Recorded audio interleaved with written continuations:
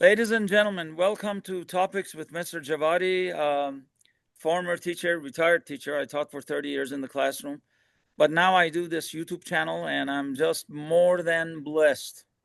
More than blessed. Let me say that one more time. More than blessed to have Mike Reilly with me in this show. Of course, for those of you that may not know, he's involved with a famous band called Prairie League. And you remember that cowboy figure on the album covers. Um, but anyway, just great songs like Amy and songs like that just ring in our heads all the time. Or if we listen to it on the radio, it takes us back to our college days or high school days, what have you. But amazing, amazing music. And of course, they have a new album.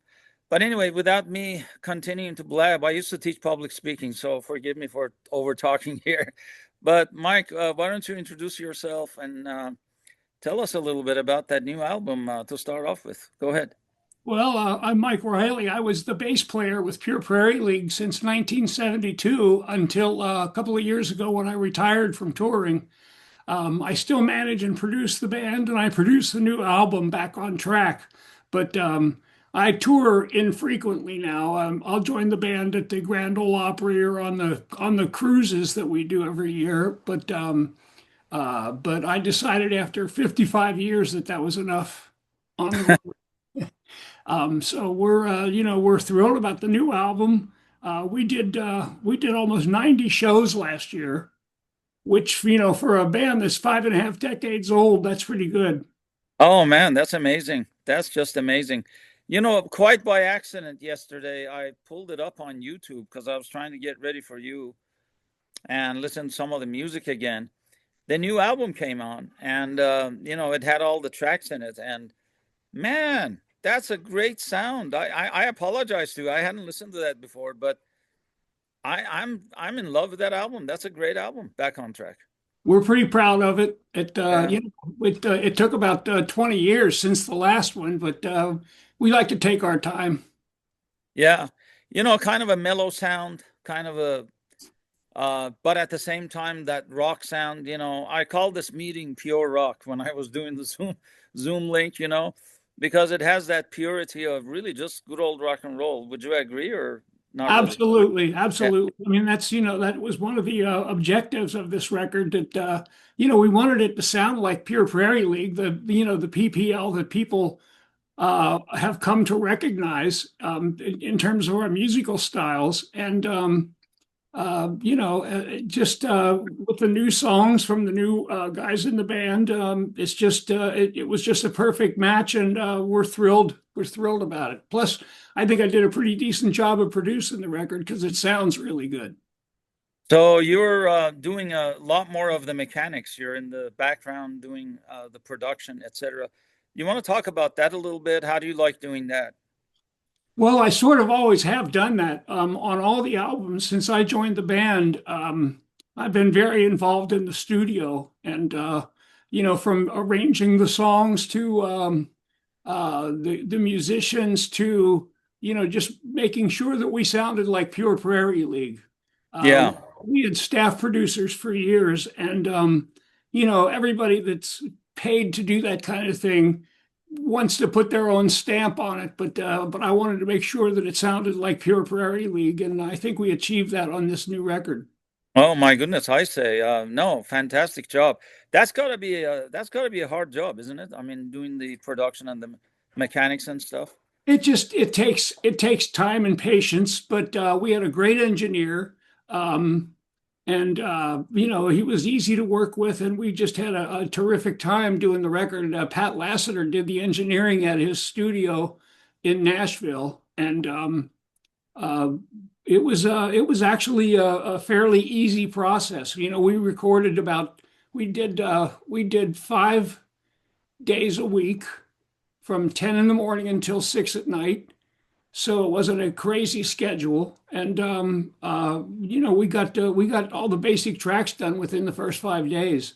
So Wow. it was a very smooth process. We were pretty well rehearsed, and it just went very smoothly. And Pat, the engineer, facilitated that entire process for us. So it's a lot of work. And, you have to sit back and listen to it. So it took us about, close to a year working, 1 week a month on this. Yeah. We could sit back and listen to the stuff and, live with it and see what we needed to do.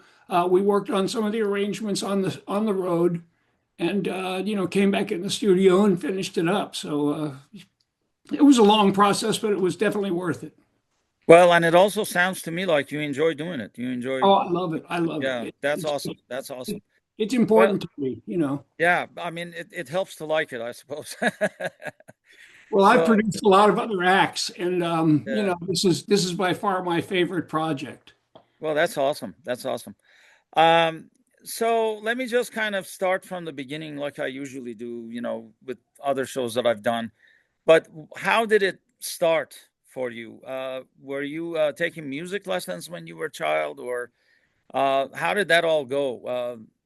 Talk about that a little bit. Well, I grew up in the 50s and 60s, and so when I saw, Ed Sullivan show with the Beatles on there, I said that's what I want to do.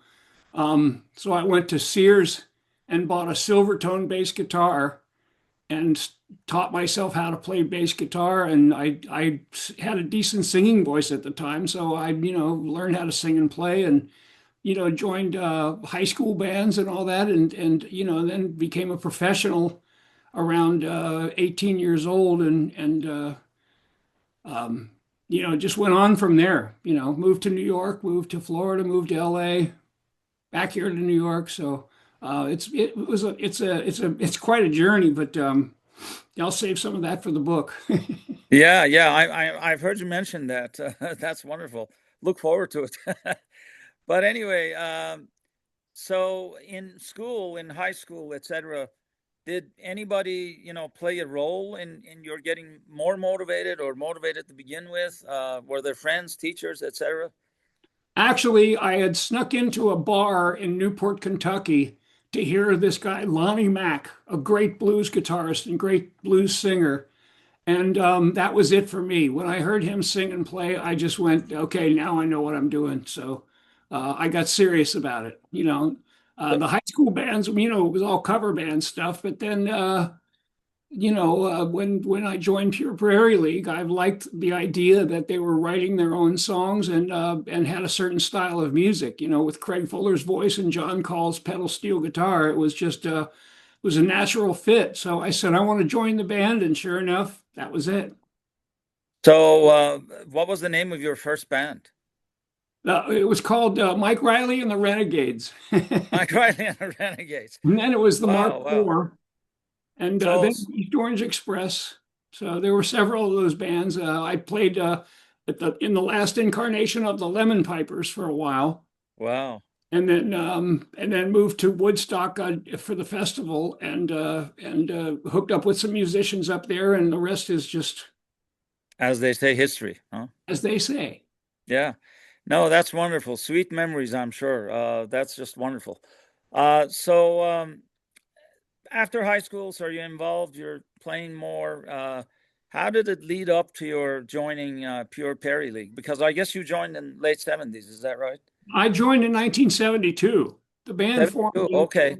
Yeah, the band's first gig was in September of 1970, and I had seen them when I was playing with the Lemon Pipers. We were playing at a place in Cincinnati, Ohio called the Ludlow Garage, and Pure Prairie League was the first act on the bill with Boz Scaggs and Steve Miller Band, Santana, Maggie Bell, and Stone the Crow. My. Yeah. One of those great shows. So I Yeah. just stood there in front of the stage listening to Pure Prairie League, and I said, I want to be in that band. And so I wound up going back to New York and then to England for a year. And when I got back from England, I got the call from the guys in the band saying, we want you to join the band. Oh, that's fabulous. So you've basically been with them forever. I mean, just from the very beginning, pretty much. I Pretty mean, much, yeah. I mean, yeah, they, yeah. they had, they had just started touring in 1971, and they did their first album for RCA. in late '71. So that that got the band started, and we took it from there. I wanted to ask you because I've noticed this with other bands as well, and I personally love it because to me, well, to me, it's like this: the sound continues. We have the old saying, "The show must go on," so the sound continues.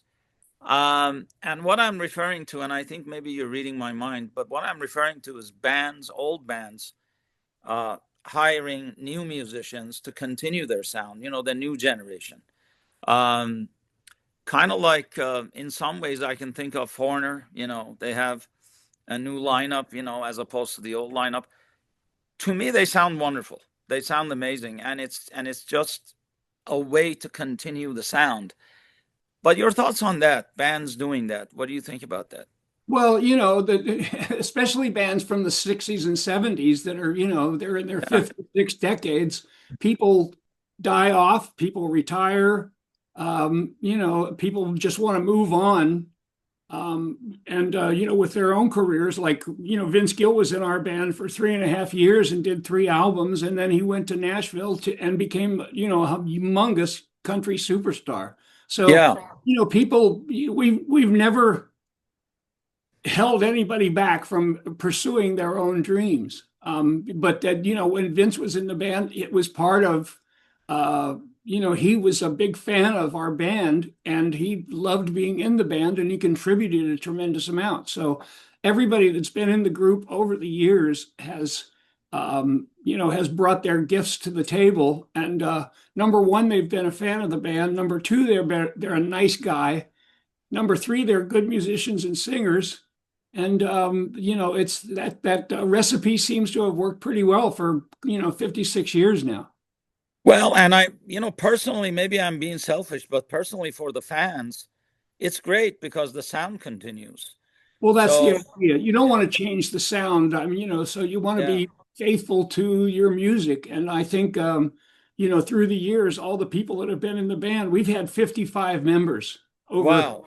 Wow. over all these Yeah. years. And so, they've added their own contributions, but it's always been in the framework of Pure Prairie League and also in the soundscape of Pure Prairie League. Yeah, exactly. No, I think you're absolutely right. So if you were, and I'm not necessarily asking that necessarily be done. Pardon my phone, it's ringing. I put it down.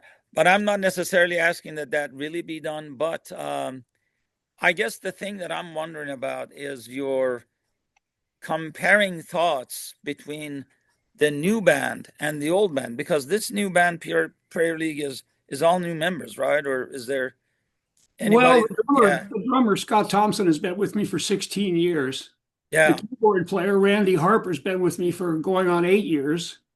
And the new guitar player Jeff Zona and Jared Kamek, the new bass player, have been with me going on 4.5 years now. So once again, it was a process of looking for the right people and playing together and seeing how it fit. And I think we hit the bullseye on this one with the new guys. Plus, they're good songwriters, and they're great players and they're great on the road. So I'm all for keeping the music alive. That's what the people come to the shows for, is to listen to the music. If you want to go see a circus act or whatever. yeah, yeah, yeah, yeah, So we get up there and play music, and that's what the people are there for. They listen to the songs, they sort of roll their eyes back in their head and lean back, and they're back in their college days. And that's the idea of playing our music for these people, is that they love to hear the music. yeah. No, that's for sure. Now I'm 64 years old, so Oh, you're a pup. yeah. Well, thanks, but I go back, to the sound, to the sound. I mean, my goodness, we had Santana, we had you guys, we had Firefall, we had Dirt Band. I mean, on and on and on. It was such a renaissance of just amazing music. Um, I personally, and I just said I'm 64, so I personally don't see it that much in the new era. Am I being wrong on that? No, Uh, I couldn't you know, agree more. It's yeah, we learned from the people that we listened to. I mean, growing yeah, up in the 60s, we were listening to folk music and also, some hard rock music like Hendrix and Zeppelin and bands like that. So we took our cues and our influences from bands like that. These days, I don't think that there are many groups that new artists can emulate and really take something away from. And, I think there's a real lack of creativity in the music business these days, and it's become more of a TikTok, Facebook world, yeah. it's the quality of the music is certainly not up to the standards that we set back in the 60s and 70s. I talked to, and it's on my channel. I talked to Don Osborne. I don't know if you know him or not, but Sure. you know him, yeah. Yeah, bass Because player. yeah, he played with Randy Meisner for a while Yep. when Randy went solo, and I asked him about what he thought about this whole, because you talk about it, the Midwest, the ethics, the good guy kind of bringing up, being raised right. I asked him about that. I said, what is it about that has produced so many celebrities? Those areas. Like you look at Nebraska alone. Henry Fonda, Marlon Brando. I mean, the list goes on. Of course, Randy Meisner. The list goes on and on and on. And I asked him to comment on that, of what he thought was the formula in that. And he said, well, just having the values, practicing, disciplining yourself, etc. Learning your instruments, learning the craft. Whereas, in the other areas, like the big cities and stuff, you don't quite see that as much. Your thoughts on that? I mean, because you're from the Midwest, right? You're from I grew up, Kentucky. yeah, Yeah, Kentucky and yeah, Ohio. And, yeah, I mean, there is something to be said for the Midwestern values. Uh, yeah, Thank goodness my parents did a good job of raising our family and instilling the proper values of a good work ethic. Nothing comes for free. You yeah, have to yeah. work for everything that you get, and That's right. That's it's right. the amount that you get is tantamount to the amount of effort that you put into it. So, Yeah, yeah, and and I'm afraid, and this is just my opinion, yeah, but people these days want instant gratification and they want to do it the easy way. yeah, And now all of a sudden we've got AI generated artists, quote unquote, um, that are doing AI generated songs. It's just like it blows my mind that we're taking the human element out of an art form. So, yeah, yeah. I don't like it. I don't like it. I'm not a fan of it. well, Uh, business is business and all that, and yeah, I don't begrudge anybody from trying to make a buck. yeah, You know what? Art is yeah, art, and art will always be art. yeah, yeah. But you're right about the human element. You know, I go to the grocery store. I still want to see a cashier. I go to a cashier. I don't go to the machine because I want that human element. You need interaction, of course. Yeah, interaction. So I'm not like you said, and you said it very well. I don't want to criticize anybody for doing that, but that old touch is amazing. The phone booth. I love phone booths. It's just amazing. You know, in fact, in my classroom, I had a phone booth for a while. And the reason why was because the kids were on their cell phone all the time. So I said, well, if you're going to use it in the phone booth, ask me for permission. And it worked out for us. We kind of had a trend with that. But I just love the old sound and the old stuff. But anyway, you're right, though. You have to stay creative. So tell me about the writing process, the writing process That's for Pure Prairie League. Yeah. Well, that's where the art comes in because Yeah. you can't teach yourself. You can teach yourself the mechanics of the craft. Hmm. You can't teach yourself the inspiration, and that's where the work comes in. Some people are gifted with the talent to be able to put words together, whether it's poetry or a novel or a song, and be able to impart that. And you know, the art part of that is actually making people feel something or react viscerally to the work that you're putting out there. And I Yeah. think we've been lucky with that our songs have resonated with our fans over the years and still do. Well, a song like Amy, did it take a long time to write? Was it something you had to revise, or how did that happen? It kind of started out Yeah, um, in its original form as sort of a rock song, and then uh, Craig Fuller, the guy that wrote it and sang it, said let's try it a different way. I mean, we had it with we did a version of it in the studio with a fiddle player. We had Robin Susskind, the mandolin player, who was playing with us for a while. yeah, Uh, he came up with the that intro lick that that part. Yeah, the famous part. Yeah, and then when we were in the studio in Toronto in 1972, we had that part of Amy, that song, and we also had a song called "Falling In and Out of Love," but yeah, yeah, it was an unfinished song. Well, the producer Bob Ring actually had a good idea and said, "Why don't we combine the two and make it, make "Falling In and Out of Love" sort of a reprise?" And it seems to have worked out very well. yeah. So it is a process, but I mean, you guys went through it and you made it sound right, and that's the important part.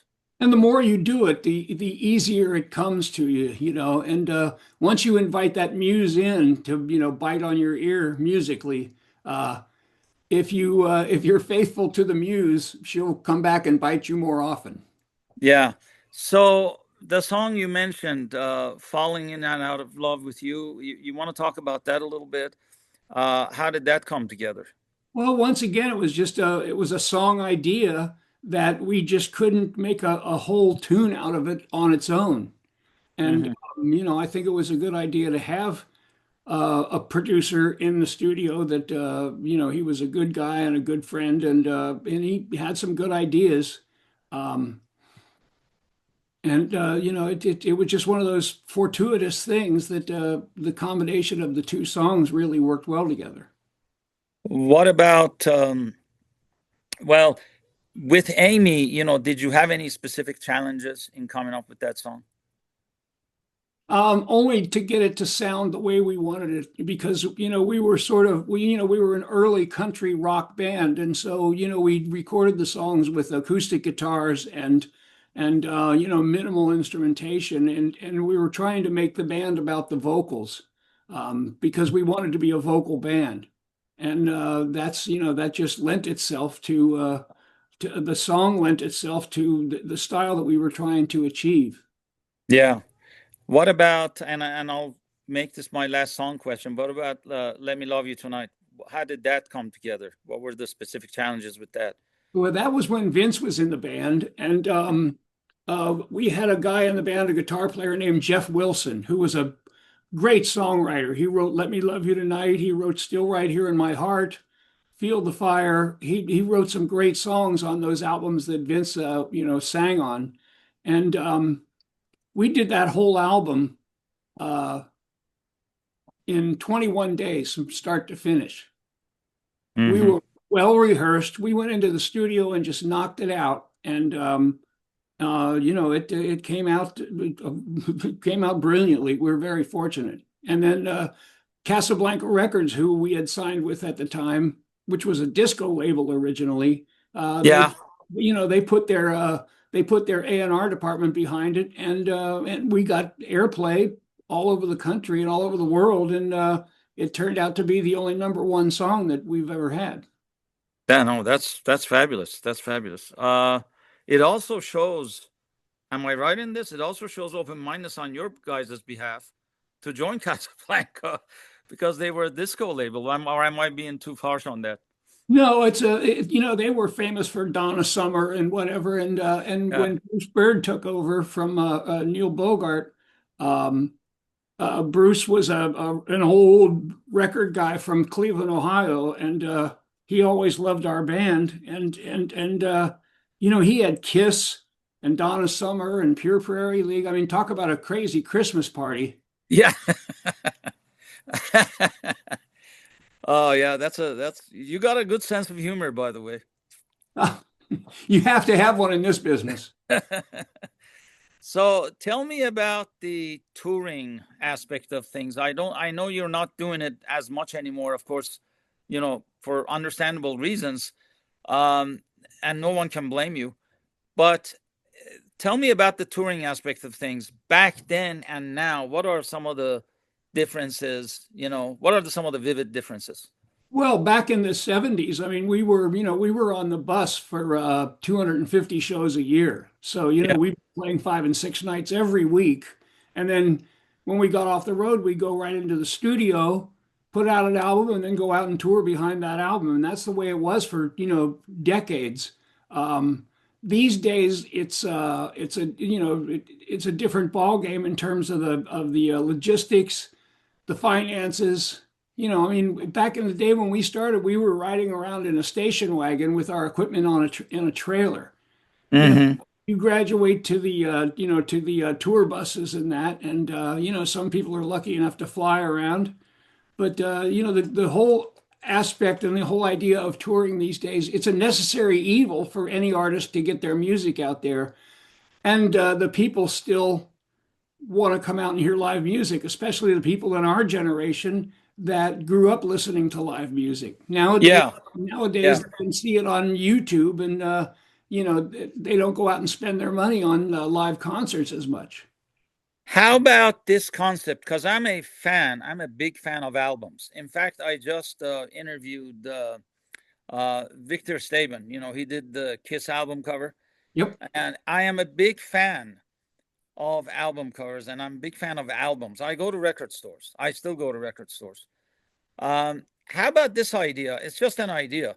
You guys do like a Zoom concert at that record store and promote yourself and the records. Is that something that's a possibility, or is that something that's already been done? Well, we've done record store appearances where we'd bring in some acoustic guitars and play some songs. We've done that in radio stations a lot, and TV shows, TV stations. And then, back in the 80s, when we had Let Me Love You Tonight, we did the whole round of, the TV shows, the Captain and Tennille, Mike Douglas, Don Kirshner's rock concert, Midnight Special, Austin City Limits, all those. So, Yeah, yeah, yeah. but these days, we're pretty happy with just we're doing a lot of shows. And, I'm thrilled for the guys in the band because they want to work and they're digging it. And if we can get a couple of more years of doing, 75 to 100 shows, I think we'll be happy. And at some Well, point, you yeah, have to, yeah, you have to realize that all things must come to an end. yeah, I think that there are too many acts out there that should have retired a while back. Once again, that's just my opinion, but yeah. it's like, I think it's a wise man who knows his own limits, and that's why I stopped touring so I could spend some more time with my wife and family. And um, the music business is a harsh way to go. I wouldn't wish it on anybody except those the strong of heart and dedication and spirit. You gotta love it. Have to. You have to. Yeah, Yep. because it's hard otherwise. No, well, we don't get paid to play music. We get paid to travel. Yeah, yeah. No, So, I think you're absolutely right. Um, okay, we're coming to the wrap up here pretty soon. Let me just ask you, what albums, Busting Out, for example, what albums stand out in your mind that if you were to introduce Pure Perry to somebody, which three albums would you point out? Or if that's even a fair question. well, it's a very subjective question. Yeah. I would say Busting Out, Two Lane Highway, Firing Up, and the new album. The new album. I love the new album. Yeah. Yeah, and once again, it's a continuation of the thread that we've woven into that tapestry of 55 years. Yeah. What instrumentation have you all been most open to in your albums? Has it been all instruments or some more than others? Well, yeah, we've had several guest stars on a lot of the albums. Chet Atkins played on Oh Tulane. my goodness, he's one of my favorites. Yeah. David Sanborn played on Yeah. several of the albums. Um, Don Felder played mandolin on one of the albums. We've had Emmylou Harris sang Wow. Wow. on a song that I wrote. We've had Renee Armand and Ronnie Blakely. We've had the Sweethearts of the Rodeo. We've had a lot of guest stars, and we've always been open to trying different things. We even had a bass harmonica player play on one song called Catfishing. So it's been it's we're open to try anything, and if it works, great, and we'll know if it doesn't. Yeah, no, that's wonderful. That's wonderful. And I've seen, my goodness, the range. I've noticed, in English class, I taught nouns are names of people, places, and things. And man, you've got a lot of nouns in your biography of all these famous people, and David Bowie even, and Elton John even. Yep. And I mean, the list goes on and on and on. One more question on the music end of things, and I'm about to wrap up. Um, because I'm a big fan of them. How was the experience in opening up for the Allman Brothers? Oh, that was great. As a matter of fact, I was playing shooting pool with some friends yesterday, and the guy that where we were playing had a basketball, and he had a couple of backstage passes on it. One was a Pure Prairie League backstage pass, and the other one was an Allman Brothers backstage pass. And me and the guys were just talking about some of those shows that we did back then in the 70s and 80s, and playing with the Allman Brothers, it was like I mean, it's like family. It's the best way I can describe it. It's and